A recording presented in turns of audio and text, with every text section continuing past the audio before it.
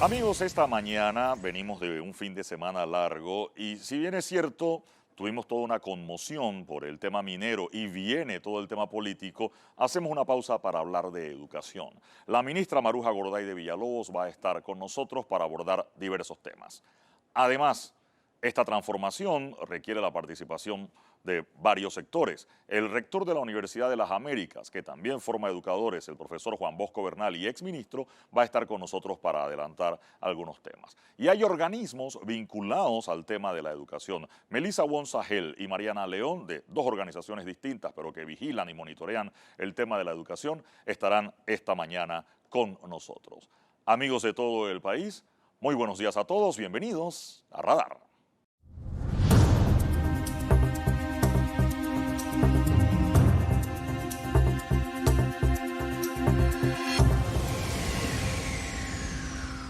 Amigos de todo el país, hemos escogido este fin de semana especial, fin de semana largo, quizás el proceso que hemos tenido para meditar el viernes, Día de la Madre, sábado, ahora domingo, para hablar de educación. Hemos dicho otras veces aquí en el Radar que la educación es un tema bienvenido a este programa y en este canal. Fernando Martínez está con nosotros esta mañana, el doctor Ritter no puede acompañarnos, pero nos va a ayudar a conversar con nuestra primera invitada, Fernando, que es la ministra Maruja Gorday de Villalobos. Yo creo que usted está de acuerdo con que se hable de educación siempre en este canal, ¿no? Totalmente. Es el tema esencial del desarrollo nacional. Aunque no lo parezca, no habrá desarrollo, no me refiero al crecimiento, si no reformamos la educación. Me gustaría empezar por supuesto, entonces. Creo que calmadas las aguas en el país por estas semanas turbulentas que hemos tenido, yo creo que es buen momento para hablar de educación cuando hay menos apasionamiento, ¿no? Ministra, quiero comenzar por una pregunta. ¿Considera usted que nuestro sistema educativo está politizado? ¿Considera que como entidad rectora de la educación necesitamos más autonomía para definir los rumbos de la educación de este país? Sí, definitivamente nosotros necesitamos tener mucha más autonomía en el Ministerio de Educación, comenzando con la descentralización de las 16 regiones educativas. Se inició un proceso en el 2002, obviamente no solo es transferencia de recursos económicos, sino también tiene que haber transferencia de competencias y transferencia en la toma de decisiones e inclusive de definir las políticas públicas por sector, por territorio y por región.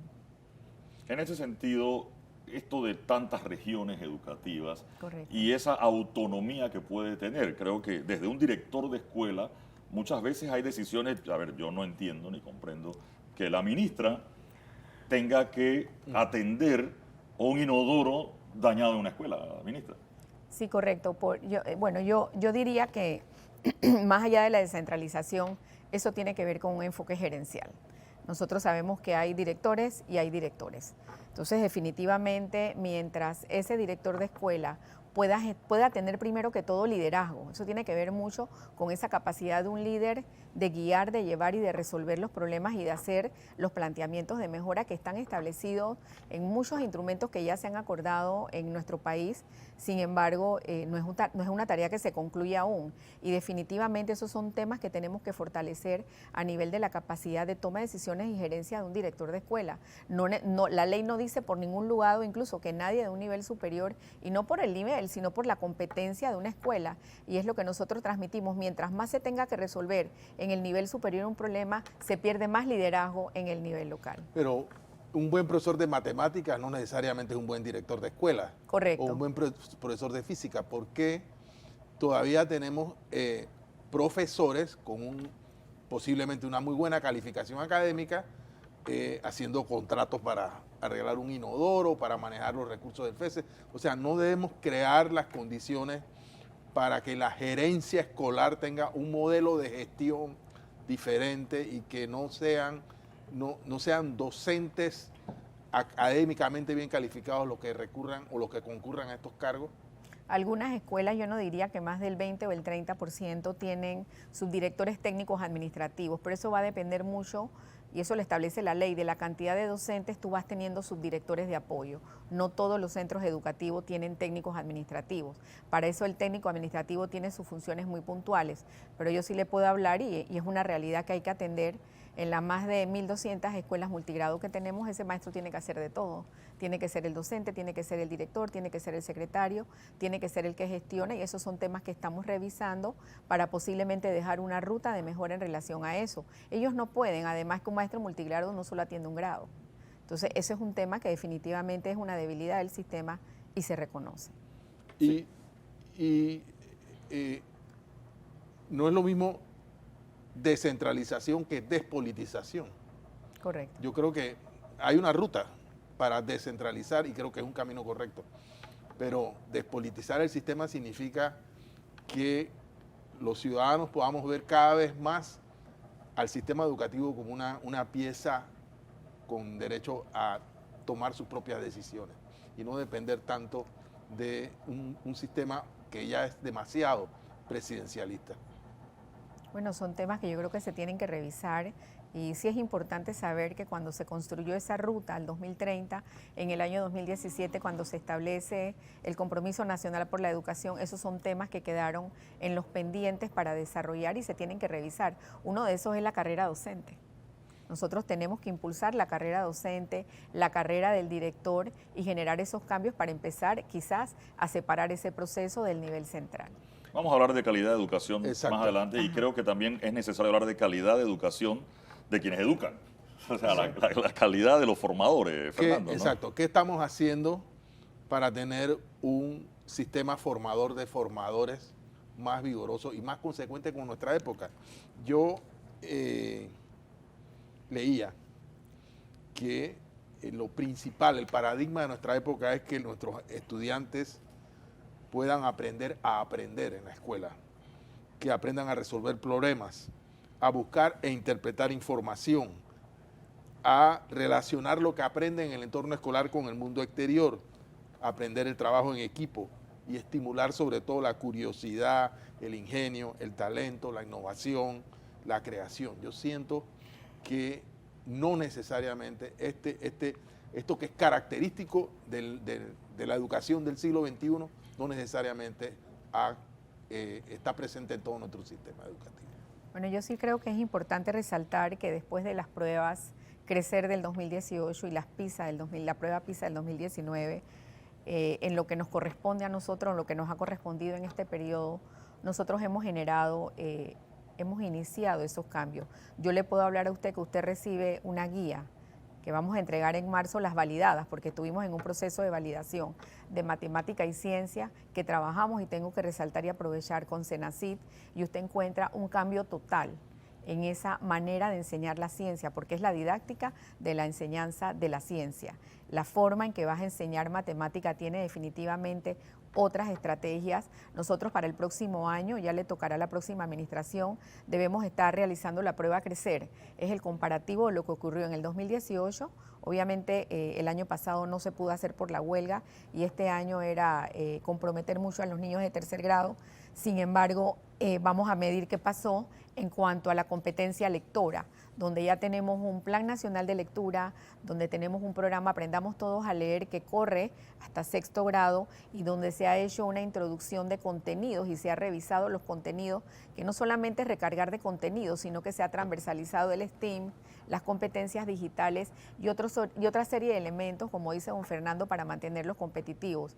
Yo sí tengo que reconocer que nosotros tenemos ya que dejar sentada la mesa de la revisión de la educación media y de la educación profesional y técnica, donde ya los países que han puntuado en esta prueba de hace 3 días, y los resultados son de que nosotros tenemos 16 bachilleratos con más de 800 asignaturas, y que ya en los otros países más desarrollados, donde se le ha dado otro giro a la educación, estamos hablando de 4 o 5 materias. Creo que esos son los temas que tenemos que empezar a hacer, porque es paralelamente ir haciendo los ajustes y paralelamente cerrando brechas, porque el todo es muy complejo verlo y muy complejo poder resolverlo de una sola vez. Nos toca cerrar brechas donde se siguen quedando estudiantes atrás, donde hay situaciones de pobreza multidimensional y nos toca ir generando las otras oportunidades donde podemos avanzar paralelamente hasta llegar a un punto y poder encontrarnos en esa transformación que requiere el país. Yo quiero regresar, ahora que usted misma lo mencionó, al tema de las pruebas, porque queremos hablar de calidad de la educación y muchas veces nos quejamos y decimos que la educación en Panamá es muy mala. Y bueno, lo decimos quizás por un tema de percepción, pero cuando vienen las pruebas y se hacen las pruebas resulta que, vamos, lo que estábamos pensando salió cierto cuando uno creía. Aquí llegan los rectores de las universidades y nos han planteado su preocupación por el producto que les llega a la universidad, o sea, qué nivel trae.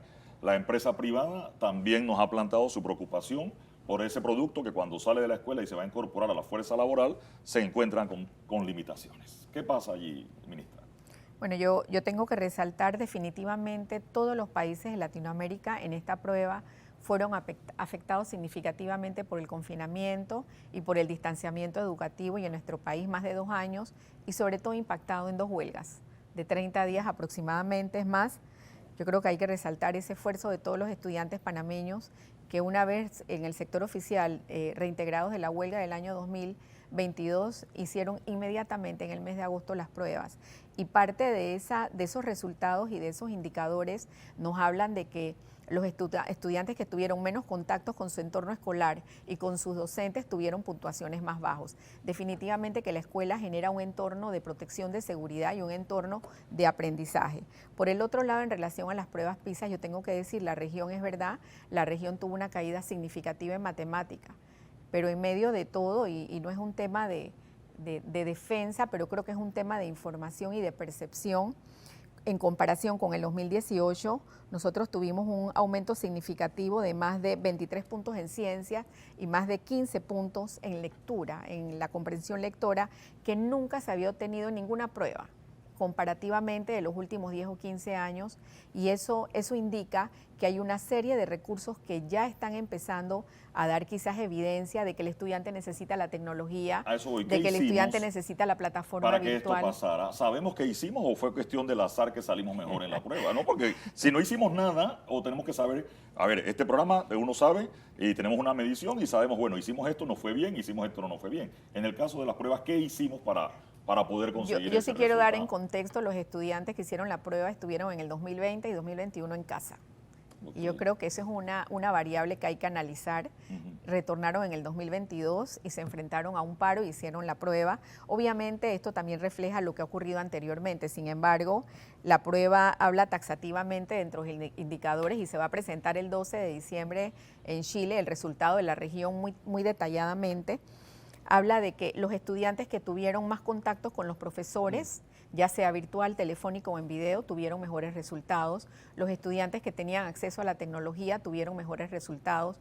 Que aquel padre y madre de familia que completó la secundaria tuvieron mejores resultados. Y que las plataformas virtuales y todo tipo de recurso tecnológico y a distancia, híbrido, genera mayores apoyos en los estudiantes. Eso ocurrió en los estudiantes de Latinoamérica, a diferencia de lo que ocurre en los países asiáticos y europeos, donde vimos una caída, y no significa que retrocedieron, sino que la escuela genera ese entorno de aprendizaje óptimo, significativo, y que el estudiante al estar fuera de la escuela cae.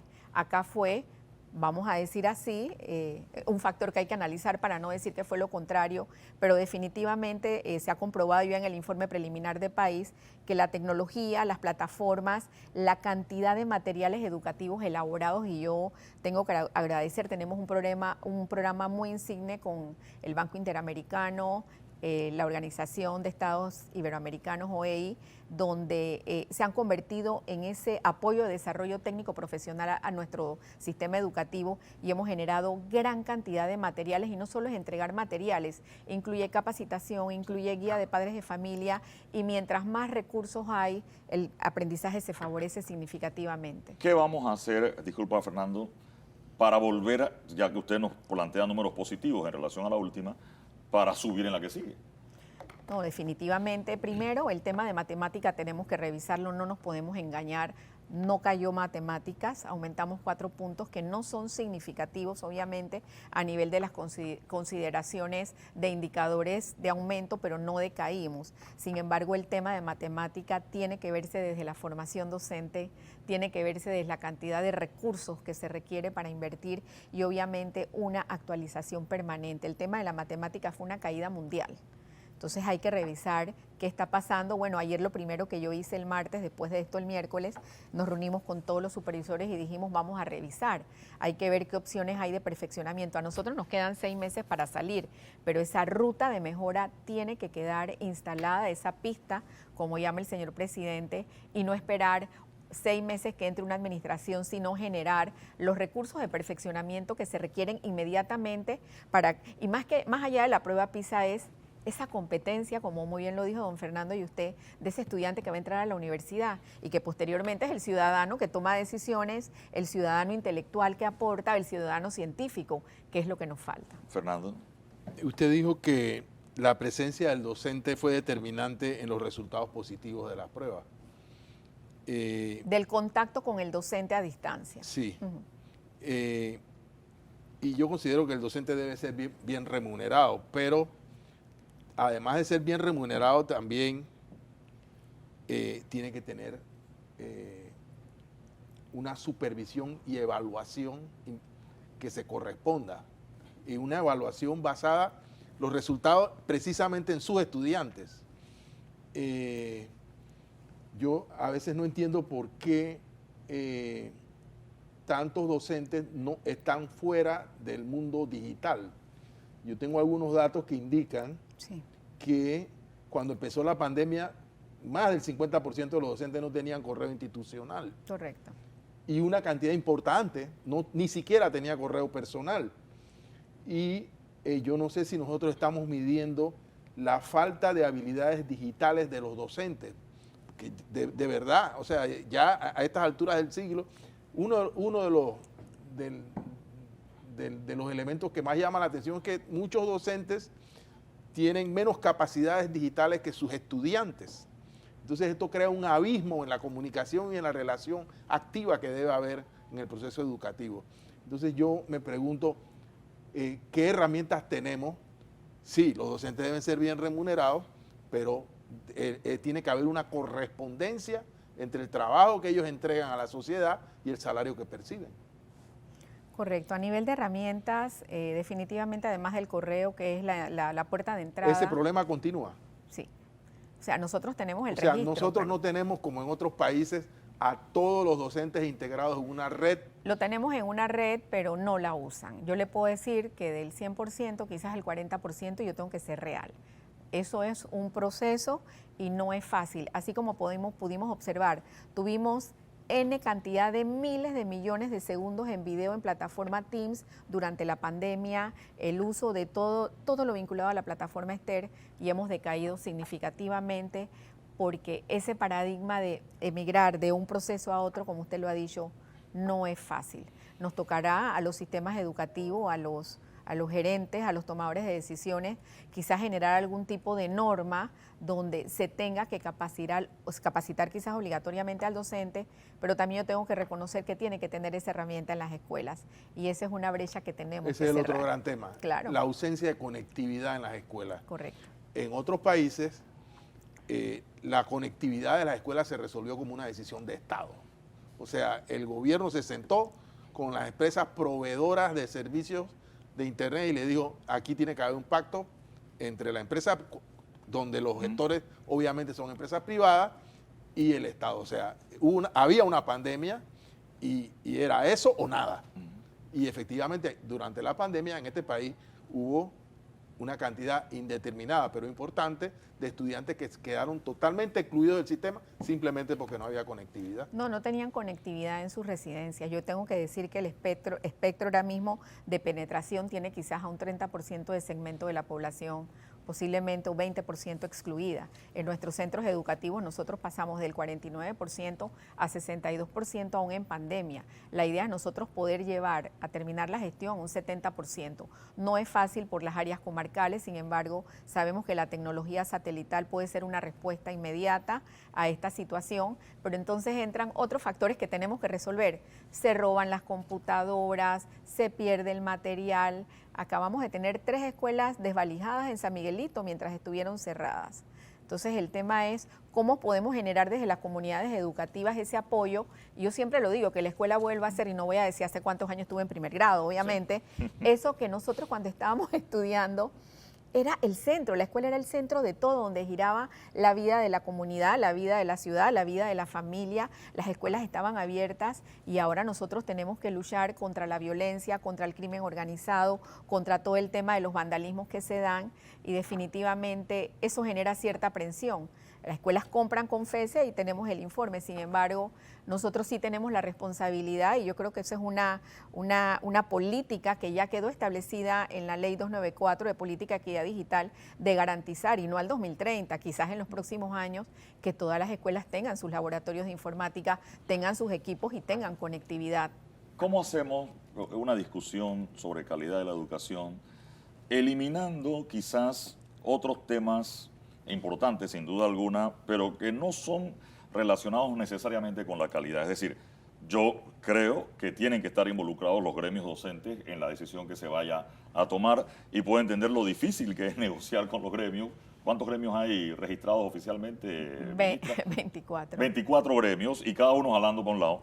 Pero vamos a hablar de calidad de educación, y en una reunión de 2 horas, a lo mejor nos vamos a quedar 1 hora y 55 minutos hablando de los baños de la escuela, del internet que efectivamente no tiene la escuela, como acaba de explicar Fernando, con salarios atrasados de 6 meses en maestros, cambios de categoría, recargos porque trabajan en zonas de difícil acceso, y una serie de asuntos que sí, son importantes y necesarios, pero que no están necesariamente ligados a la calidad de la educación. Es decir, ¿cómo le quito esos argumentos primero para poder sentarnos a conversar de calidad, ministra?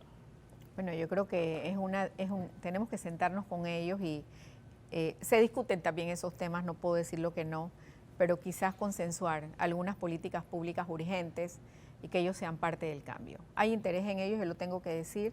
Quizás el tema de lo que ocurrió fue coyuntural y afectó significativamente el cierre de clases. Sí, pero no era un asunto entre ministerio y gremios, ¿no? Correcto. Por así decirlo, no era un reclamo patronal, ¿no? Sí, no era un reclamo patronal, sin embargo, yo creo que urge, quizás a través de algunas estructuras que ya existen, como el COPEME, como las estructuras con el sector empresarial, que están pendientes de los temas educativos, las estructuras de discusión sobre políticas públicas con las universidades, y poder analizar este resultado, que nosotros entendemos que, bueno, como país subimos, pero todavía estamos muy lejos de alcanzar el promedio.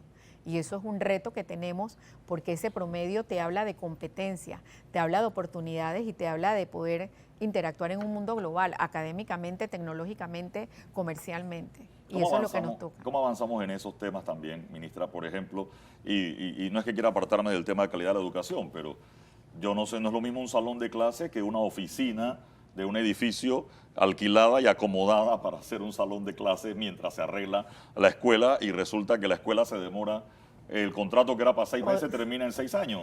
8, 10, ahí tenemos. República de Venezuela, por ejemplo, no sé cómo va, pero...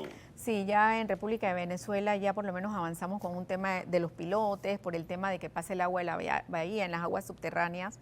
Por eso posiblemente esté para dentro de 2 años. Y el moscote lo tuvimos por la entrada de la escuela, tuvimos un problema en el moscote, y cuando fui a verlo, quedó muy bonito, y resulta que el gimnasio todavía no está, ni en planes. El gimnasio, eso quizás estará, y los docentes lo saben, en 2 o 3 años. Sin embargo, yo creo que hay que revisar un poco también el tema de la infraestructura escolar pública, y hay que tomar algunas decisiones. Algunas no creo que bastante. Hay demasiados cambios que hacer, ministra. Sí. La ley del año 36, yo creo que eso aritméticamente contabilizado, creo que es escandaloso.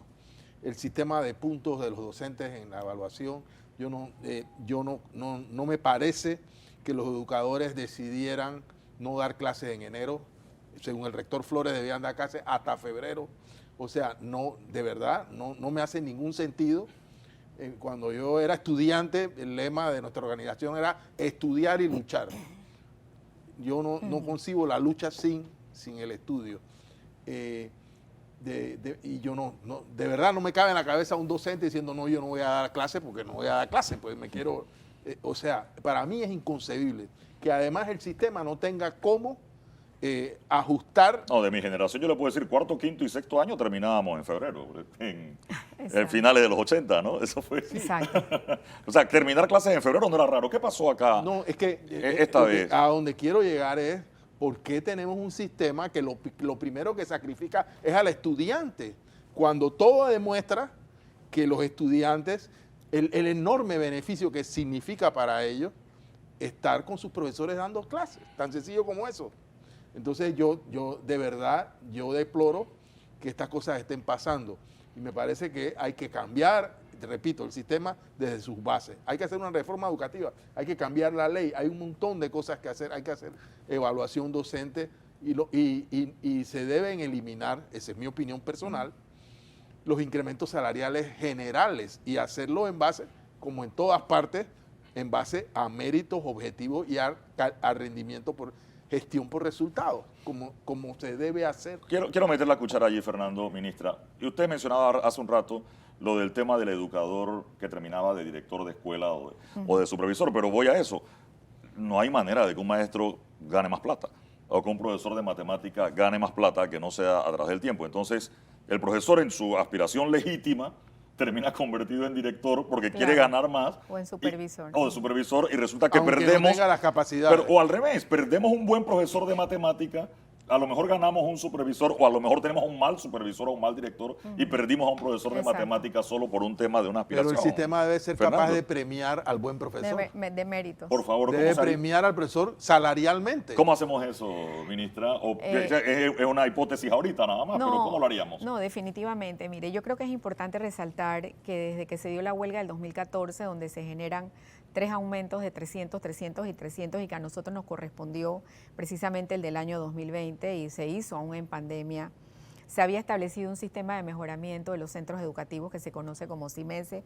Corrimos todos, en ese momento yo estaba en el IPE, estábamos viendo el tema de las escuelas, hacer nuestra presentación de planes de mejora que se presentan anualmente, se hicieron unas estructuras. Sin embargo, en la huelga que se da en el año 2016-17, ya se había hecho un incremento de salario, quedaban pendientes 2. En la negociación se da que se elimine el instrumento de evaluación que ya se tenía consensuado. Se siguió a través de la Dirección de Evaluación y tengo que decir, no ha sido un trabajo fácil en modificar el decreto 100. El decreto 100 data de más de 50 años, que es las funciones y los roles del personal docente en el sistema educativo. Eso tiene que cambiarse, eso está en borrador. Pero obviamente cuando empezamos a generar con el aval y la validación de los gremios, habían bases que no estaban informadas por el motivo que sea y eso ha generado ahora mismo un colapso porque nosotros nos movimos a tener otros ítems de evaluación con apoyo de UNESCO y de un montón de organizaciones y agencias de desarrollo, validadas por los participantes. Sin embargo, después del julio del año pasado todo cambió. Todo cambió, esa no fue una opción y yo sí les tengo que decir, en medio de poder mantener el sistema educativo activo dando clase, a sentarnos en discusiones que tendríamos que paralizarlo, esa es la opción. No es fácil, hay muchos que sí lo quieren, hay muchos gremios que están dispuestos a sentarse, pero ese sería el pequeño movimiento de esa aguja que se requiere en el tema de evaluación, que data desde el día 1 que se crea el modelo de evaluación y que no se ha cambiado.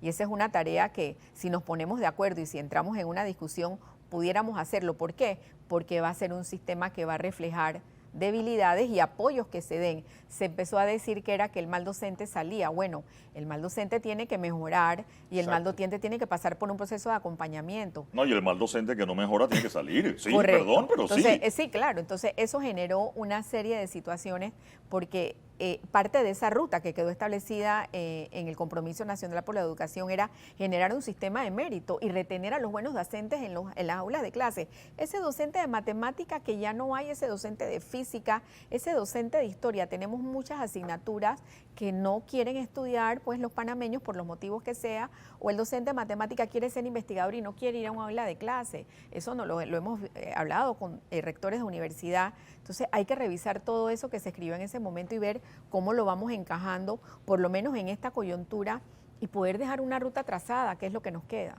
Hay buenos docentes fuera de Panamá, pero Correcto. la ley del del siglo XIX no lo permite.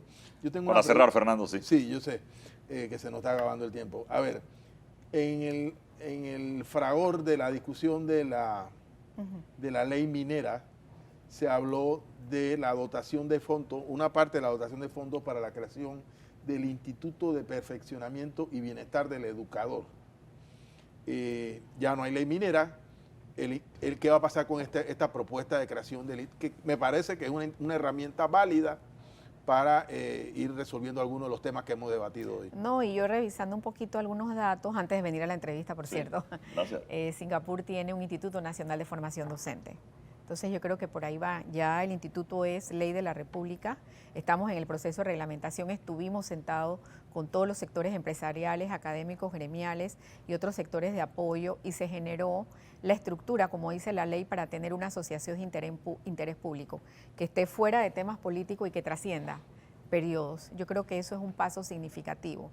Obviamente la minera iba a ser un aporte, sin embargo... Pero no era todo, ¿o sí? No, era un aporte significativo, bueno, un aporte de inicio bastante significativo, sin embargo, como eso es un proyecto de gobierno y es un proyecto pues insigne que hay que darle el seguimiento por lo que eso representa, ese proyecto tiene su recurso de presupuesto de inversión.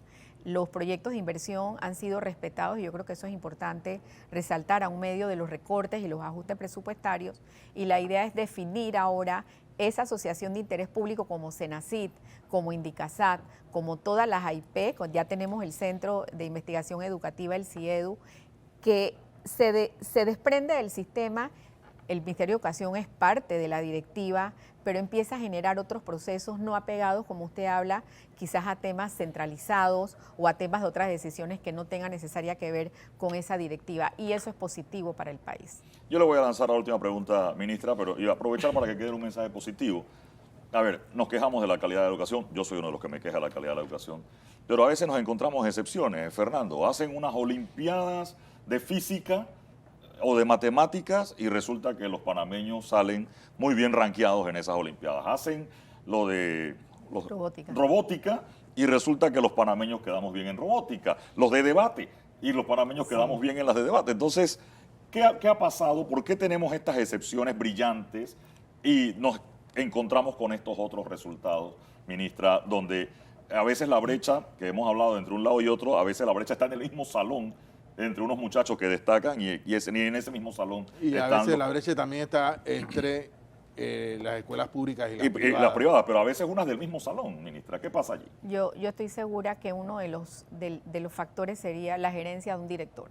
Un director quiere que todo el mundo avance, un director supervisa, es el supervisor directo de lo que ocurre en cada salón y puede generar esos procesos de acompañamiento. Y definitivamente yo creo que un tema importante, y yo siempre digo, los mejores docentes son más. Yo no puedo estar diciendo que todos son malos, porque exactamente nosotros hemos tenido, tanto en el sector particular, obviamente destacándose un número mayor, pero en el sector oficial nosotros hemos tenido estudiantes de escuelas oficiales en terceros puestos mundiales, en primeros puestos mundiales, en segundos puestos regionales de física, pero ese docente va los sábados a acompañar al docente, tiene comunicación con la familia es un factor fundamental en todo esto. No puede haber avance y se demostró en la prueba PISA, los estudiantes que tuvieron papá con mejores niveles de educación y acompañamiento de padres mejoraron las pruebas. Entonces son muchos factores, sin embargo, la diferencia la hace un director que esté empoderado y que gerencie con esa visión para todos. Y buenos docentes. Buenos docentes, definitivamente el país necesita buenos docentes. Gracias, ministra, por acompañarnos esta mañana en El Radar, en este fin de semana especial que le hemos dedicado todo el programa, esto que acabamos de hablar y lo que sigue, a la educación. Vamos a la pausa y regresamos.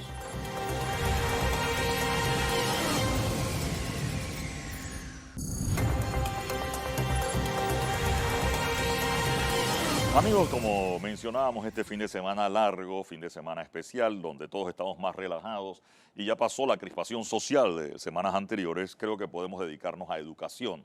vamos, hay que decirlo, Fernando, en las semanas que vienen, seguramente ya el otro año vamos a tener muchos domingos para hablar de política y vamos a estar ocupados en política y no queremos separar más el tema de la educación, que creo que es importante. Y ojalá la educación sea parte del análisis político. Que me preocupa que no esté en Es la un tema agenda y central. que no se incluya en el debate, ¿eh? Claro que sí. Yo creo que es importante que esté. Juan Bosco Bernal fue ministro de Educación y hoy es el rector de la Universidad Especializada de las Américas. Udelas está con nosotros, igual que Melissa Wonsagel de la OEI. Después hablaremos de eso. Melissa, rector, buenos días, bienvenido al Radar. Muchas gracias, buenos días. Qué gusto tenerlo acá. Rector, hemos hablado de calidad de educación y hay varios asuntos. Usted fue ministro, pero ahora es rector. Yo quisiera preguntarle sobre esa materia prima que reciben ustedes. O sea, justamente para esta época del año estarían en procesos de admisión para el año que viene, etcétera. ¿Con qué se encuentran los rectores de la universidad en cuanto al material, por llamarlo de alguna manera, no me gusta decirle material a seres humanos, pero con lo que le llega a ustedes de las escuelas secundarias para entrar a la universidad? En general y sobre todo en esta época post-pandémica, encontramos a estudiantes con muchas debilidades desde el punto de vista del conocimiento. Lo que hace Udelas es tratar de equilibrar esos conocimientos utilizando diferentes recursos, entre ellos cursos con materiales, con libros en las asignaturas esenciales del plan de estudio, por ejemplo en salud, porque Udelas es una universidad especializada. Somos especializados en dos campos, en el campo de la educación, ciencia de la educación, y en el campo de la ciencia de la salud, donde las dificultades son mayores, obviamente es en ciencia de la salud. Y allí hemos recurrido a ofrecerle seminarios, talleres. Además, tenemos dentro de la propia organización comisiones de tutoría y acompañamiento a los estudiantes rezagados. Obviamente sabemos que hay estudiantes que por diversas razones que son naturales y antes de la pandemia tenían rezagos que son naturales porque son estudiantes que provienen del campo, que vienen de las áreas indígenas con las que trabaja Udelas, y a esas personas hay que darles una atención, un apoyo y nivelarlos para que puedan seguir sus estudios. Y allí tenemos una comisión de tutoría y acompañamiento, y esa tutoría la ofrece fundamentalmente docentes y estudiantes que tienen una capacidad superior, es decir, tienen conocimientos avanzados sobre esas asignaturas y esos campos del conocimiento, y eso nos ha permitido que Udelas, entre muchas universidades, haya logrado una eficiencia terminal muy importante. ¿A cuántos hay que ayudar antes de esa entrada formal a la universidad y cuántos sí no necesitan esa tutoría o esos cursos de los que usted habla? Yo le voy a decir que por lo menos ahora con la pandemia, por lo menos un 40%. ¿Necesitan ayuda? Necesitan ayuda. 40% es un número significativo. Eso es un número grande. Sí. Y ahora, ese tema, ¿en qué lo encuentran? Usted dice ciencias de la salud, ciencias de la educación. En la parte de salud, ¿dónde vienen cojeando estos Fundamentalmente matemática, física, biología, química, que son conocimientos que han dejado de impartirse en las escuelas, en los colegios. Colegios que no tienen laboratorio, otros que lo tienen, pero que no tuvieron la oportunidad de utilizar los laboratorios oportunamente. Sí.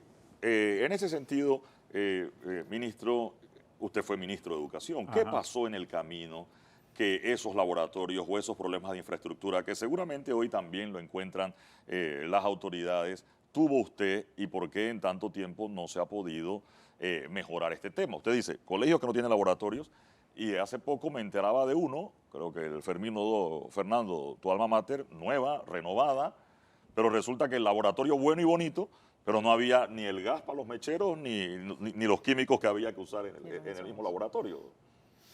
Bueno, esta es una situación que se da fundamentalmente dentro de las condiciones de infraestructura de las escuelas.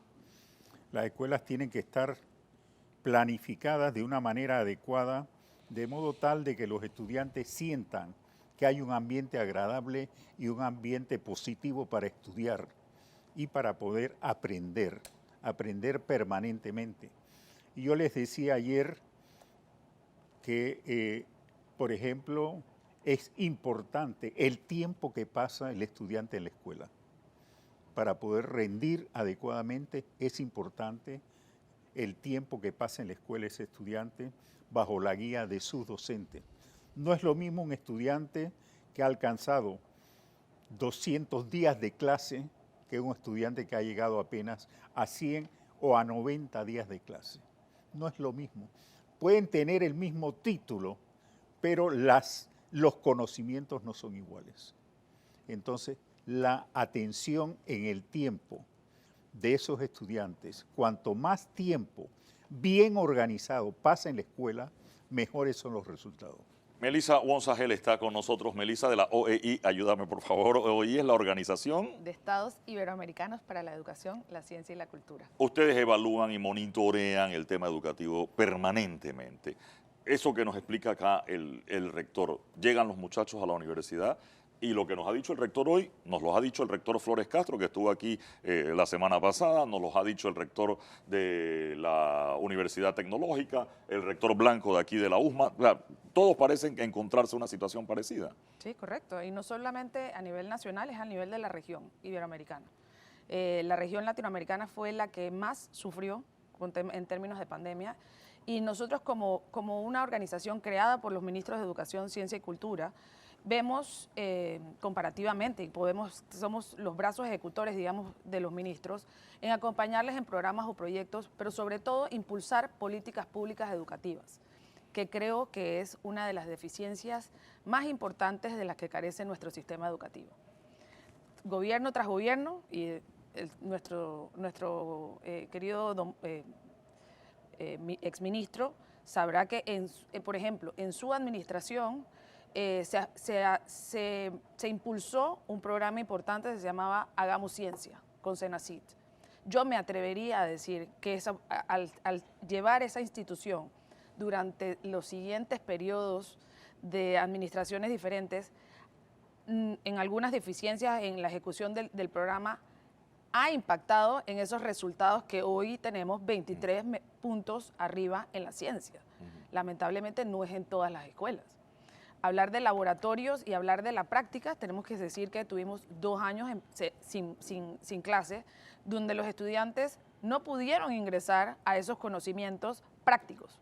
Ahora queremos hacerlos virtuales, pero no es lo mismo si no tenemos esa interacción con el docente. Entonces, esas deficiencias en que ponemos una curita en un tema, arreglamos algo, pero todo lo colateral sigue desfasado, sigue siendo un problema de arrastre. Y establecer una política pública en diferentes términos educativos es muy importante para poder lograr los resultados que queremos. Nada en educación es enseguida, pero las decisiones las tenemos que tomar ya, si queremos ver resultados. Fernando.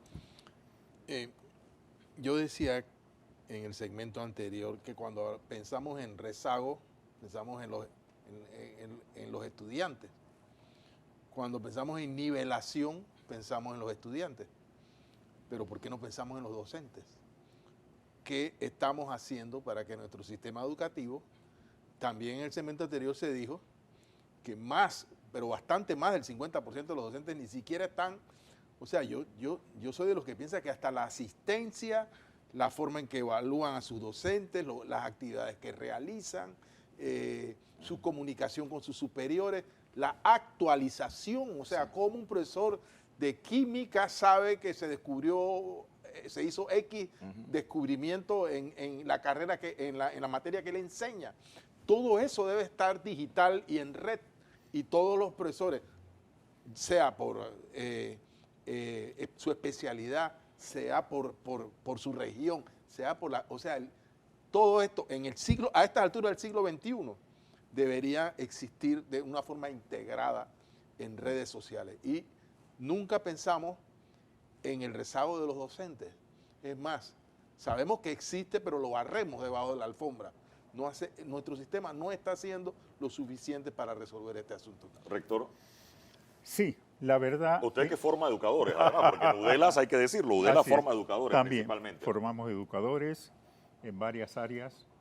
Hay un elemento muy importante y es que necesitan nuestros docentes mejor capacitación, pero una capacitación continua y además asegurar que esos docentes pueden ser capaces de aprender a conocer, porque hay una abundancia de conocimientos, de materias, de elementos nuevos que pueden servirle para actualizar el conocimiento que él posee y que él puede compartir con sus estudiantes. Pero sí necesitamos una capacitación continua con todos los elementos, pero además no basarse solo en la capacitación. El docente tiene que hacer de sí mismo un artífice de la búsqueda de su propia preparación mediante el ejercicio de los instrumentos modernos, la tecnología, para aprender a conocer. Quiero aprovechar eso, los instrumentos modernos. ¿Cómo hacemos para reducir esa brecha? Porque, a ver, el profesor que está en la ciudad de Panamá y que da clases entre 7 de la mañana y 1:30 de la tarde, a lo mejor tiene la oportunidad de ir a UDELAS o de ir a un curso y actualizarse y mantenerse. Pero el docente que está en una comunidad de difícil acceso, en una escuela multigrado, que a lo mejor, vamos, ha repartido su día en vez de una jornada laboral de 7 a 12, a lo mejor está atendiendo todo el día para poder repartirse en todos los grados, accede a esa posibilidad de mejora. Bueno, los docentes que están en esas condiciones requieren herramientas tecnológicas. Hay que enseñar, en primer lugar, dotarlos de esas herramientas, enseñar a utilizar esas herramientas adecuadamente. ¿Quién se las da? Porque vamos, de su plata Se- el maestro no se puede las sacar el tiene internet que dar satelital. El Ahí Estado, lo entiendo. el Estado se lo tiene que dar. No hay otra forma. Y los que pueden comprarla por sus propios medios lo hacen. Hay muchos docentes actualmente que tienen sus propias computadoras, sus propias laptops, sus propios teléfonos celulares que los utilizan para buscar información. Pero se necesita una actitud también de que no todo lo que yo aprendí en la normal o en la universidad es lo que me va a servir para ser un buen profesional de la educación. También depende mucho de lo que yo pueda seguir aprendiendo. Y lo puedes aprender mediante cursos o seminarios o lo puedes aprender mediante una actitud de buscar el conocimiento por cuenta propia. Online. Hablemos ahora de los estudiantes, porque no podemos Sí. hablar nada más de los docentes. Melissa, en el año 2019, el 50% de los niños panameños no alcanzaban el nivel mínimo de comprensión lectora. Y yo tengo una pregunta enorme, o sea, ¿y qué pasó con los niños que deberían haber hecho primero y segundo grado durante el país que más ausencia o interrupción del periodo escolar en el mundo creo que es Panamá? O sea, ¿qué pasó con estos niños que debieron ir a primero y segundo grado durante ese periodo en que estuvo cerrado las escuelas? ¿Qué pasa con ellos? ¿Qué pasó con ellos, mejor dicho? Bueno, ¿Qué pasa con nuestros te estudiantes? comento que una de las cosas que interrumpió o que causó la huelga docente que acabamos de pasar fue exactamente la suspensión de las pruebas ERCE, que te indican en qué nivel de competencia lectora están. Estaban programadas para noviembre. Para noviembre. Y ahora se pusieron para marzo. Correcto. Entonces, hay que En esperar. marzo que viene de 3 meses estaba parado. No es lo mismo un resultado en marzo que un resultado Hay en un noviembre, gap, ¿no? es lo mismo. Exactamente. Sí, Sí. claro, pero también las pruebas PISA las pusimos exactamente después de que terminamos la huelga del 2022. Entonces, sí, eso puede haber una afectación, pero tu nivel de comprensión lectora está. O sea, si aprendiste a leer y comprendes lo que lees, ya está. Vamos a ver, los resultados no creo que sean demasiado positivos, pero sí creo que es importante señalar que Panamá sí hizo algo diferente de algunos, sí tomó la tarea de decir estamos deficientes en A, B, C y D y vamos a trabajar en dotar de materiales. Hoy Panamá cuenta con sus propios recursos educativos. En línea, cuenta con una plataforma tecnológica que si bien es cierto, hay que obligar a los docentes a utilizar. Y debo ser, porque nosotros incluso para poder capacitar en estos materiales, tratamos de utilizar las nuevas tecnologías a través de la plataforma que es gratuita para los docentes. Y que una política de Estado fue dotarlas del tema del Internet durante la pandemia. Y muchos de los docentes, incluyendo, no utilizaban su correo institucional.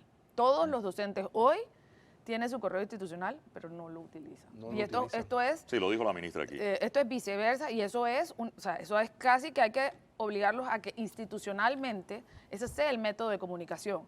Ese sea el método donde ustedes pongan virtualmente las asignaturas o los boletines. Creo que también hay ese proyecto caminando. Los libros o las guías de docentes hoy cuentan con asignaturas de español, matemáticas, ciencias sociales y ciencias naturales. En una metodología en que Panamá ya no depende de hacer una licitación para comprarle a una editorial. Hay que señalar que hay 20 años de rezago en eso y que cada maestro le decía al estudiante, mira, cómprame este libro y este es el material que vamos a dar. Eso hoy ya no es, y ojalá en la administración que llegue entiendan que esto es una política pública educativa de textos escolares. Sí, yo quiero, rector, y perdonen que me ponga sentimental porque viene el Día de la Madre y me acuerdo mucho de mi mamá que también era educadora, pero cuando vino el tema de la pandemia ella tenía dos preocupaciones. Ella estaba maravillada porque creía en la educación a distancia y en lo que se podía hacer en línea y por módulos, etcétera. Pero ella tenía dos preocupaciones. Uno, la educación de ciegos, que era su pasión, y ella me decía primer grado.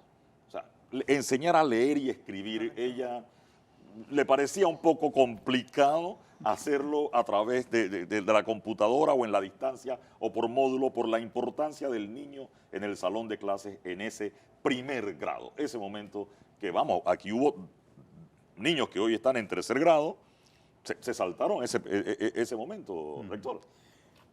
Hay en estos momentos una serie de medios que favorecen la lectoescritura de niños y niñas pequeñas, que algunas son tecnológicas y otras son, por ejemplo, para los sordos, el lenguaje de señas. Y el lenguaje de señas es una herramienta muy poderosa para la comunicación con los niños pequeños. Y también están las incorporación de instrumentos que les permiten a los niños escuchar adecuadamente. Esto permite que estos instrumentos y sobre todo la capacidad de los docentes, nosotros formamos en UDELA docentes de educación especial. Estos docentes de educación especial son capaces de enseñar a leer y a escribir a esos niños que tienen sordera, a esos niños que tienen esas condiciones especiales. La ministra mencionó mucho la importancia de aquellos niños o estudiantes que tuvieron contacto con los docentes. Es decir, ya sea en la escuela o que fuera virtual, versus los que no estuvieron, y que eso estuvo reflejado en la prueba PISA. ¿Qué tan importante es ese contacto en primer grado para regresar al tema, rector? Ese contacto es fundamental, y fundamental es pensar que hay una asignatura básica, que es la lectoescritura y la comprensión lectora. Porque si no hay capacidad de leer, escribir y de comprender lo que lees, no podrás comprender el resto del conocimiento de la escuela. Porque si no sabes leer ni escribir, no podrás conocer química, ni física, ni matemáticas, ni ciencias sociales. Entonces, eso es importante. Hay que trabajar en esa dirección. Yo quiero aprovechar, hay varios asuntos, Fernando, sé que a mí me asusta Fernando porque él va apuntando todo y va apuntando todo, y siempre que Fernando apunta me trae más cosas. ¿Qué tienes en la libreta, Fernando, por favor? No, que más me preocupa en esta etapa es, primero, cómo hacer cambiar el sistema. Tenemos un sistema, en mi opinión, anquilosado, o sea, difícil de cambiar. Hemos creado, el nombre es tan largo que debo buscar aquí para leerlo, el Consejo Permanente Multisectorial para la Implementación del Compromiso por la Educación, COPEME. COPEME. Creado por ley. ¿Qué tan valiosa o importante ha sido esta herramienta o este instrumento para hacer los cambios que requiere nuestro sistema? En mi opinión, Sí. creo que en su conformación, digamos, adolece de los instrumentos para poder hacer puede hacer un seguimiento, pero no tiene un poder coercitivo, digamos, para poder Porque el entregar. sistema está centralizado. Totalmente. Y son los mismos, dentro de los mismos actores del sistema, los que se están evaluando ellos mismos. El documento, para mí, lo valioso es el compromiso por la educación. El documento, el acuerdo que se hizo entre las Es partes. decir, la definición de objetivos. Por supuesto. Y saber cuáles son los acuerdos que teníamos que hacer. Tenemos que ir a la ejecución. No necesariamente un ente administrativo es el que te va a decir dónde está. Hay decisiones que tomar y esa pasa por un acuerdo entre los gremios y los docentes que quieran mejorar y un Ministerio de Educación que tenga las herramientas, porque hoy tiene una ley conformada en 1946, yo le digo en 1903, ¿no? Totalmente del siglo pasado, en donde la verticalidad sigue existiendo. Un ministro de Educación no puede administrar la pluma del baño que se cayó en la escuela de la comarca. Y vamos a hacer huelga porque es que... Por un inodoro. Por un inodoro. Entonces, esa transformación administrativa incluso del ministerio y de la conformación de cómo están estructuradas las direcciones que hoy deben ejecutar o comandar el sistema educativo, deben de modificarse. Y eso estaba en el acuerdo, es el primer acuerdo del compromiso. Modificación de la ley orgánica de educación. Rector, usted fue ministro. ¿Cómo llevamos eso del papel que está en una ley a ejecutarlo? Vamos, y ese es un ejemplo grande, pero yo me voy a ejemplo más básico.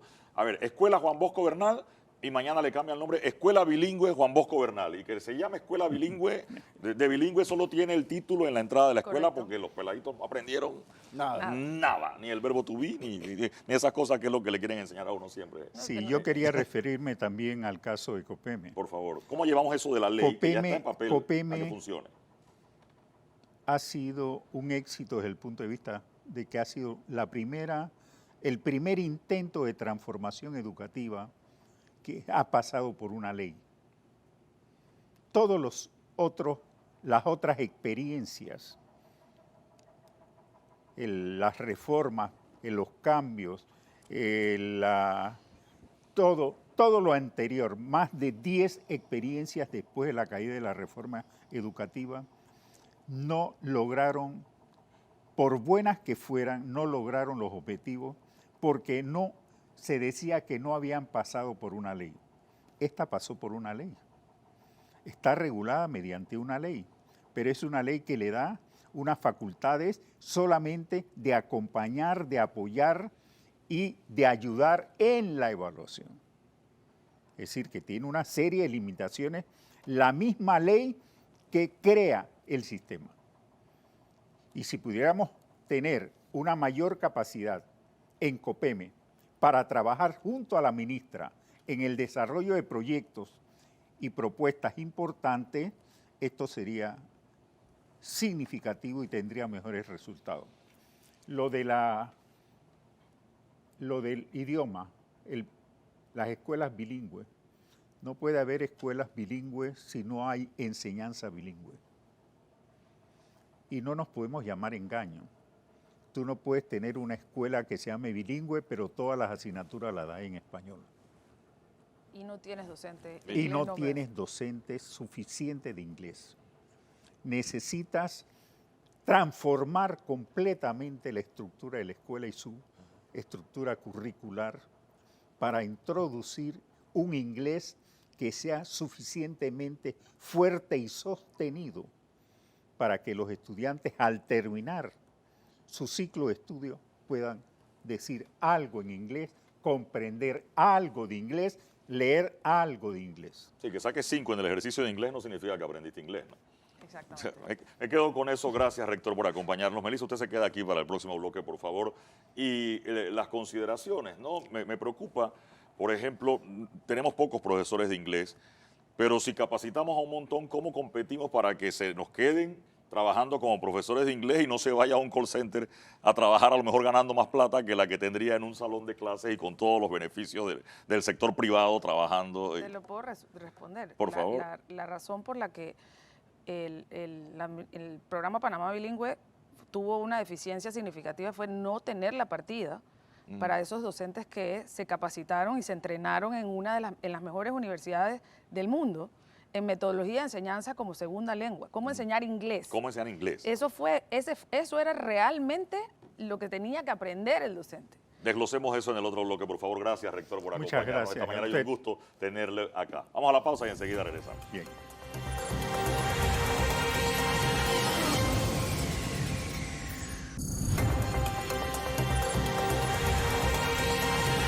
Continuamos, se incorpora a la mesa Mariana León, bienvenida, qué bueno tenerla por acá. Es CIED, ¿cómo se llama? CIEDU, el CIEDU, Centro ¿qué? de Investigación Educativa de Panamá. Centro de Investigación Educativa de Panamá. Precisamente cuando la invité, habían recientemente publicado los resultados de la prueba PISA. Hablamos de eso con la ministra hace un rato. Tenemos números que, vamos, no satisfacen necesariamente si nos comparamos quizás con lo que está pasando en otros países. Incluso hay noticias positivas contra nosotros mismos, pero muy poquito en la evolución. ¿Qué nos dicen los resultados de la prueba PISA? Bienvenida. Gracias por tenerme. Bueno, las tengo aquí anotadas porque quiero asegurarme de decir bien la información y comenzar con las buenas noticias. Y las buenas noticias es que Panamá, en comparación con los resultados del 2018, tuvo un incremento tanto en sus posiciones en el ranking como en los puntajes que obtuvo en la prueba. En las posiciones en el ranking, Panamá subió 21 posiciones en lectura, 7 posiciones en matemáticas y 16 posiciones en ciencias.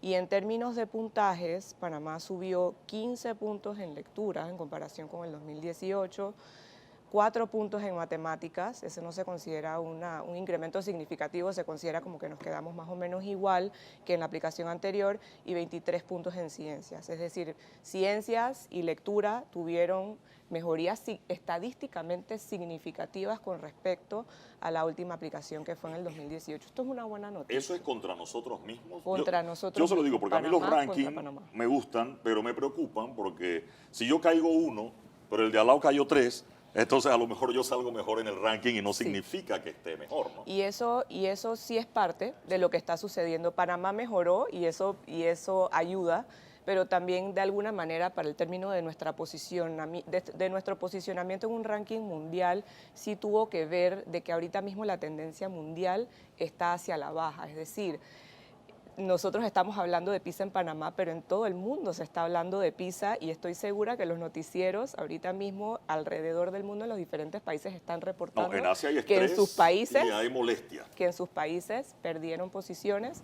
o les fue peor en comparación con el año ¿Y hay anterior. algunas causas reconocibles que sean válidas para esa baja global y la baja en Panamá? ¿O las causas en Panamá son radicalmente diferentes? Yo creo que la más obvia o de la que todo el mundo habla es la pandemia, ¿no? Porque entre el 2018 y el 2022 lo grande que sucedió fue la pandemia.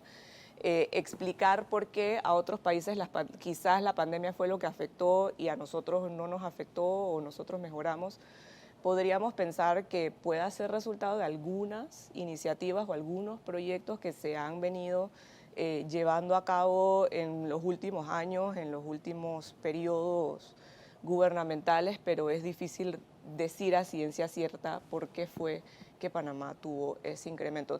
Claro, cuando estamos tan bajo, o sea, si en los años anteriores estábamos tan bajos, estábamos en las últimas posiciones, no tenemos mayor lugar que subir. Es más fácil subir cuando estás abajo y más fácil cuando estás arriba, pues es muy difícil a veces mantenerse.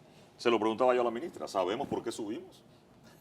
O sea, ¿qué hicimos en el camino para subir, Melissa? Yo creo que hay dos cosas importantes, por lo menos en lectoescritura. Panamá cuenta hoy con un Plan Nacional de Lectura y cuenta con un programa que se llama Aprendamos Todos a Leer. O sea, el énfasis que se le dio a la lectoescritura en los últimos del último periodo ha sido importante. Creo que el estar abajo y decir hay algo que hacer se está viendo. No podemos ver un resultado demasiado cualitativo ni podemos decir que eso es exactamente lo que ha sucedido en el análisis. Todavía el tiempo es muy corto. En un par de años podremos saberlo. Probablemente en los siguientes resultados, si todo sigue implementándose como va y no hay un cambio de quita y pon en la administración que venga. Si no pasa lo que siempre pasa en Panamá, que cada nuevo gobierno llega a destruir lo que hizo el anterior. Que ese es un tema que no necesariamente es un tema educativo, pero que es un tema de política que impacta en las estrategias. En educación no nos podemos dar el lujo de que cada gobierno venga con su librito. Y desgraciadamente eso ocurre. Especulemos un poco la virtualidad. Es decir, Panamá, la pandemia nos obligó a la virtualidad de ya para allá. Algunas escuelas estaban preparadas, las escuelas públicas no estaban preparadas. Y me quedo pensando en Asia. Asia seguramente trabajaba virtualidad y para ellos eso no fue nuevo. Sí. Sin embargo, sí dejaron de ir los muchachos a clase y a lo mejor por eso cayó. Panamá tuvimos virtualidad que no teníamos. Sí. O sea, la virtualidad a nosotros nos llegó en ese momento. Sí. Por la pandemia. No sé si habrá algo de eso, es una especulación, pero no se introduzco el tema para hablar de eso. Puede ser. Lo que PISA nos dice, que me pareció sumamente interesante sobre Panamá y sobre la virtualidad, es que más que en otros países en donde se aplicó PISA, los jóvenes panameños están muy abiertos y muy dispuestos a recibir clases virtuales, más que en otros países. Y yo creo que esa apertura del joven hacia la virtualidad, inclusive ya pasó la pandemia, pero seguimos teniendo cierres prolongados por otros motivos. Entonces la virtualidad sigue siendo un componente que nosotros como país tenemos que trabajar para que cuando nos venga otro cierre, porque va a suceder por el motivo que sea. Si ya sabemos, porque la prueba nos lo dice, que los estudiantes están dispuestos a pasar a la virtualidad, de que están dispuestos a aprender en la virtualidad, tengámosles esas herramientas bien preparadas, de calidad, y entrenemos a los docentes para que estén listos también para acompañar a los estudiantes en la virtualidad. Entiendo que la prueba mide distintos parámetros, es decir, mide temas científicos, mide temas humanísticos, matemática y lectoescritura. Por allí va, ¿no? Sí. Se lo comento porque nos quejamos de los rendimientos en Panamá y resulta, El Salvador se pone de moda, sale debajo de nosotros en prueba PISA. Pero cuando vamos a lo práctico, resulta que Google no se fue para Panamá, sino que se fue para El Salvador, porque resulta que en Panamá no hablamos inglés. ¿Qué hacemos cuando nos encontramos escenarios como ese? No voy a hablar de El Salvador, puedo hablarte de Costa Rica, ya que yo estoy ahora... Sí, pero en prueba PISA creo que Costa Rica sí salió... Sí, pero Costa Rica bajó 17 puntos. Cayeron. Y es un país OCDE. O sea, ellos son medidos entre la media de los países de la OCDE. Entonces, lo que te está llamando la atención es que al final toda la región ha sufrido un golpe significativo. Tiene que ver con nuestras políticas públicas, no solamente educativas, pero también tiene que ver de atracción de inversiones y cómo estamos haciendo. Es un conjunto. La educación pasa por todo, es como la columna vertebral de un país. Y si estamos flaqueando, todos los demás conductos van a estar en deficiencias de alguna manera. Entonces, queremos ver a El Salvador. El Salvador tiene una política pública, por ejemplo, de textos escolares hace más de 25 años. Ellos tienen su material, ellos no tuvieron problema en conseguirlo. De hecho, ellos nos prestaron a nosotros su material para que fuera la base, para poder construir algo que ellos ya tienen hace 22. Sin embargo, otros factores como la inseguridad y el tema social, económico, afectó muchísimo durante muchos años a El Salvador. Entonces, ese factor socioeconómico, creo que en la prueba lo especifica, hace que tengan un resultado importante o diferente.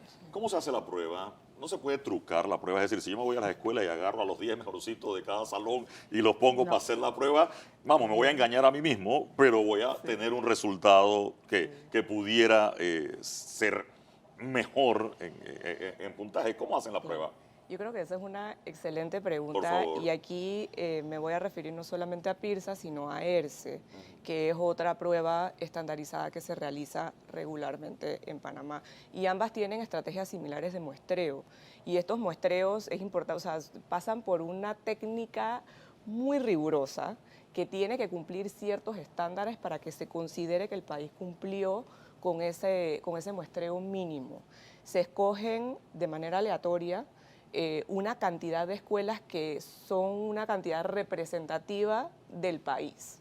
Y dentro de esas escuelas se entra a un salón y se mide a ese salón. Es decir, medimos salones enteros dentro de escuelas y esas son las que terminan representándonos de alguna manera como país. Cuando nosotros nos entregan los resultados de PISA, cuando nos entregan los resultados de ERCE, nosotros no estamos midiendo cómo le fue a Juan Pérez de la escuela tal en la región tal.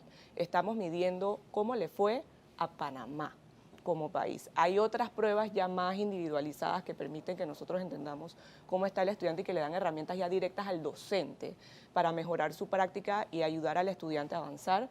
Pero en estos casos, cuando hablamos de pruebas estandarizadas, estamos hablando de muestreos que nos permiten medirnos como país y compararnos con otros países. En este caso, en el caso de PISA, me parece que le aplicamos aproximadamente a 220 escuelas. 215 escuelas representando 4.544 estudiantes. Okay. Y Pero el la muestreo manera- va a nivel nacional, es decir, Sí. porque no es lo mismo medir la escuela de la ciudad que la escuela multigrado. Van ¿no? a colegios particulares, a colegios oficiales, en todas las regiones y en todas las ubicaciones de este país. Y en la misma proporción según cuántos estudiantes Sí. estén en escuela y eso, privada. Y eso no lo define el Ministerio de Educación. Esos son instrucciones que entrega la OCDE, que entonces deben ser ejecutadas de la manera en la que pues, son ¿Cómo se llama la otra prueba, la que hace? ERCE. ERCE. Esa estaba pactada Estudio para... regional comparativo y explicativo. Esa era la de noviembre y que no se hizo en noviembre y va a quedar para marzo, ¿no? Exacto. Correcto. ¿También se hace con un sistema parecido Es o uno casi puede igual. agarrar y bueno, yo me busco a todo el cuadro de honor de la Sí. escuela y pongo No. solo al cuadro de No. honor No. a hacer Hace la trampa. prueba? El Sí, muestreo- y es autoengañarse para después decirle a Costa Rica, estamos mejor que ustedes, ¿no? O sea, eso es lo que me preocupa que se haga así, ¿no? El muestreo es casi el mismo. La diferencia entre ERCE y PISA es a quiénes medimos y cómo lo medimos. ERCE mide estudiantes de tercer grado y sexto grado y las preguntas son en base a currículo y contenido que se cubre en las clases. PISA mide a jóvenes de 15 años y tiene más que ver con las habilidades que adquieren esos jóvenes de 15 años. No es tanto si yo puedo Conocimiento. reproducir contenido, sino si yo he logrado extrapolar ese contenido a situaciones nuevas y usar mi pensamiento crítico para contestar preguntas diferentes. O sea, no es solo me sé la respuesta Es correcto. ecoica que voy a responder mecánicamente lo que me aprendí de memoria, ¿no? Es PISA correcto. no es el pilón. Ok, PISA no, o sea, el pilón no necesariamente va a sacar la mejor nota en la prueba PISA. Ok, importante. Sí. Fernando. Yo quiero llevar la discusión ya en su fase final al tema sociológico o social. Yo muchas veces he dicho que no podemos tener un sistema educativo que sea un factor reproductor de la pobreza, en el sentido de que si tú das una educación pobre a pobres, lo estás graduando para pobres, si lo consigues graduar. Y con eso estoy incluyendo el abismo que hay entre la educación privada y la pública.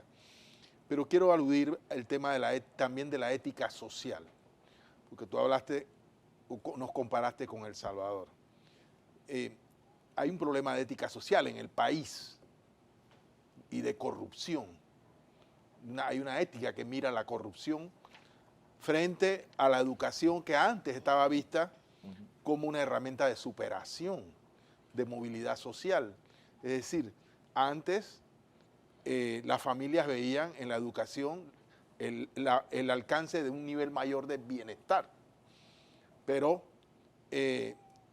también está la no ética del dinero fácil, del dinero rápido, de la corrupción, del narcotráfico, de las maras en El Salvador. En El Salvador ha ocurrido, estemos de acuerdo o no, una represión sin precedentes al narcotráfico, a las maras, etcétera. Quizás, solo quizás, y ahora sí estoy especulando, Sí. eso ha arrojado una mirada distinta hacia un regreso a una fórmula de otra ética sobre la superación de los jóvenes. Y muchos que quizás estaban mirando en las maras su forma de superación, dijeron no, ya no hay maras, vamos para la escuela. O sea, pero ¿por qué hago esta disquisición, si se quiere? Porque nosotros tenemos que mirarnos allí. Si nosotros construimos una ética social según la cual el dinero rápido, la corrupción, el narcotráfico, el juega vivo, es lo que prima, entonces se puede entender que muchos jóvenes seducidos por esto terminen dejando el entorno escolar. Y en vez de que el entorno escolar sea tu entorno protector, terminen siendo protegidos por las pandillas. Comentario, Melissa, ante esa reflexión de Fernando. Yo tengo que coincidir con él en la mayoría de los puntos, porque la verdad es que eso sí está sucediendo y sí está viendo ese reflejo de, incluso lo vivimos en este periodo coyuntural político en el país, en donde se puede entender todo que había una razón por la que, pero el gremio docente estuvo beligerante en una posición prácticamente radical a último minuto y perdimos un mes y 36 días de clase, lo cual afectó toda una serie de procesos, incluyendo la evaluación de los niños de primero y de segundo grado que estuvieron en pandemia, que hoy necesitábamos saber si pudieron adquirir las competencias lectoras, por ejemplo. Todo un proceso de afectación a todos nuestros estudiantes que se están graduando de este año y que eran los más significativos, pero que tú veías a unos padres de familia que llegaron a solicitar que te pasaran a sus hijos con el 2,5. Entonces, esos valores están tergiversados en nuestro sistema y afectan la toma de decisiones muchas veces de cualquier administración, que se dejan llevar por temas políticos. El tema, a mí me preocupa que este programa no termine a veces, porque somos críticos, y que se interprete como una satanización de la educación y queda este tema. ¿Para qué voy a la escuela si a lo mejor me sale mejor ser futbolista y me gano un montón de plata? O en México muchos dicen, me cruzo para los Estados Unidos porque allá tengo oportunidades que aquí no tengo. O el que ve la pandilla y piensa que meterse a la pandilla o narcotraficante va a resolver su asunto en vez de la educación. Quiero traer, hace unos programas acá estuvo con nosotros Trejos de UNICEF, y él le explicaba lo que representaba la escuela, no solo en educación, sino que la escuela para muchos era el lugar seguro.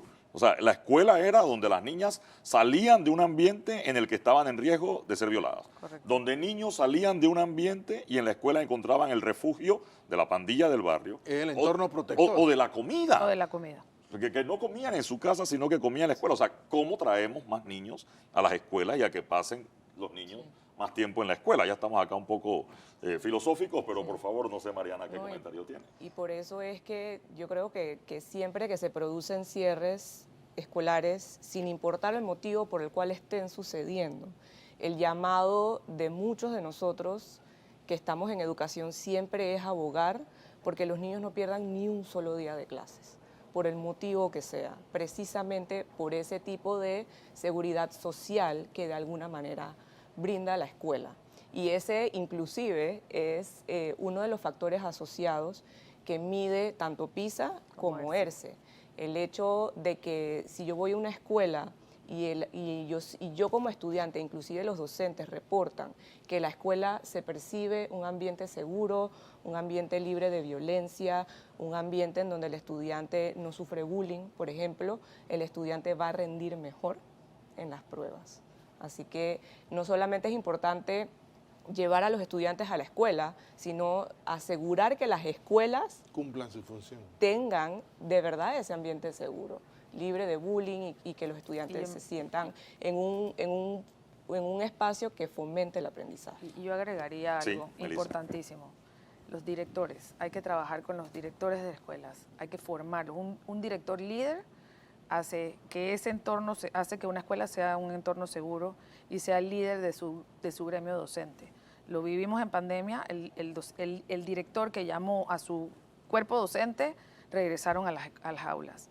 Entonces hoy tenemos un calendario ya diferenciado en donde algunos están terminando clases y otros pues las extendieron No tanto No como había que tanto. extenderlo, pero las extendieron.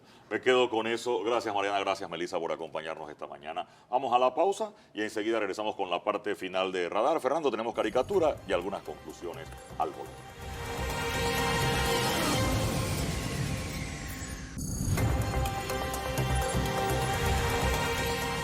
Amigos, veamos a esa hora qué nos preparó el amigo Hilde Sucre desde Agua Dulce en la caricatura para hoy en el Radar.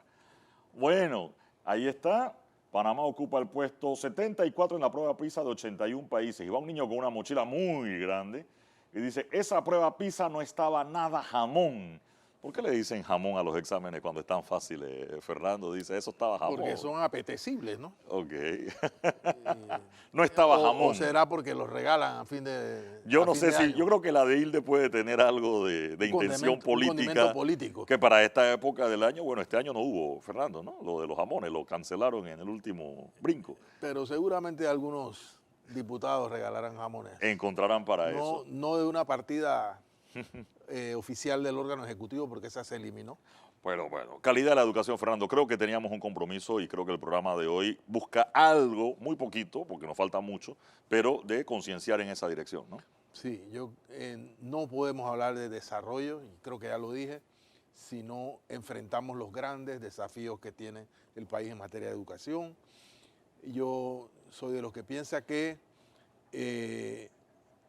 esos desafíos están vinculados a temas políticos y sociales y que también urge resolver y que no podemos como sociedad construir una tiranía de la ignorancia.